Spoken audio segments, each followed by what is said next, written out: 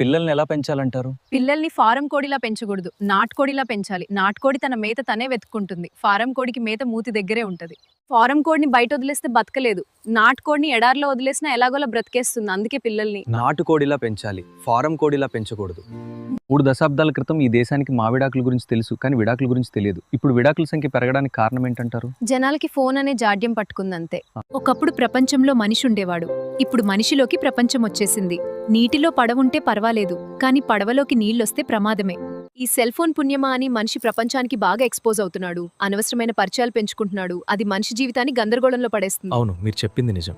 జాతకాలు కుదరకపోవడం వల్ల విడాకులు పెరుగుతున్నాయంటారా? సీతారాముల పెళ్లిలో గాని, రుక్మిణి శ్రీకృష్ణుల పెళ్లిలో గాని, మన తాత ముత్తాతల పెళ్లిలో గాని ఈ జాతకాలు లేవండి. వాళ్ళ పెళ్లిలో ఉన్నవి ఏంటంటే, ఒకటి భగవంతుడి అనుగ్రహం, రెండోది ఒకరి మీద ఒకరికి నమ్మకం, మూడోది కట్టెకాలే వరకు కట్టుకున్న వాళ్ళతో కలిసి జీవించాలి అనే దృఢమైన నిర్ణయం. రామాయణంలో సీత పెళ్లికి జనకుడు జాతకాలు చూడలేదు. శివధనస్సును అడ్డుపెట్టి బాధ్యత శివుడికి అప్పచెప్పాడు. అప్పుడు సీత కోసం శివుడు రాముణ్ణి పంపాడు. అలాగే రుక్మిణీదేవికి శిశుపాలుడితో పెళ్లి నిర్ణయించారు. అప్పుడు రుక్మిణీదేవి అమ్మవారిని పూజించింది. అప్పుడు అమ్మవారు రుక్మిణి కోసం శ్రీకృష్ణుని పంపింది. ఆహా, రాముడు ఎక్కడున్నా సీత కోసమే తప్పిస్తాడు అన్న నమ్మకం సీతకుంది. రాముడికి సీత మీద ఉన్న నమ్మకం రాముడి చేత ఒక యుద్ధమే చేయించింది. కాబట్టి పెళ్లికి ముందు శివుడినో లేక అమ్మవారినో పూజించాలి. అప్పుడు పొరపాటున శూర్పణఖ శిశుపాలు లాంటి వాళ్ళు తగిలినా వాళ్ళంతటి వాళ్ళు పక్కకు పోతారు. కాబట్టి భగవంతుడి అనుగ్రహం, ఒకరి మీద ఒకరికి నమ్మకం, కట్టెకాలే వరకు కట్టుకున్న వాళ్లతో కలిసి జీవించాలన్న దృఢమైన దృఢమైన నిశ్చయం, ఈ మూడు ఉంటే ఈ భారతదేశంలో మామిడాకులనే మాట తప్ప విడాకులనే మాట వినిపించదు. తధాస్తు.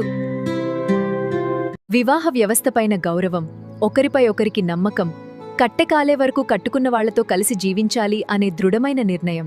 ఈ 3 ఉంటే భారతదేశంలో విడాకులనే మాట వినిపించదు అంటున్నారు మన వరలక్ష్మి సుంకర్ గారు. అవును. మనం ఎప్పుడూ చేయకూడని 2 పనుల గురించి చెప్పండి. మనల్ని మనం పొగుడుకోవడం, ఇతరుల్ని నిందించడం, ఇవి ఎప్పుడూ చేయకూడదు. ఎందుకంటే మనల్ని మనం పొగుడుకోవడం వల్ల మన పుణ్యం పోతుంది. ఇతరుల్ని నిందించడం వల్ల వాళ్ళ పాపం మనకొస్తుంది. కాబట్టి ఈ 2 ఎప్పుడూ చేయకూడదు.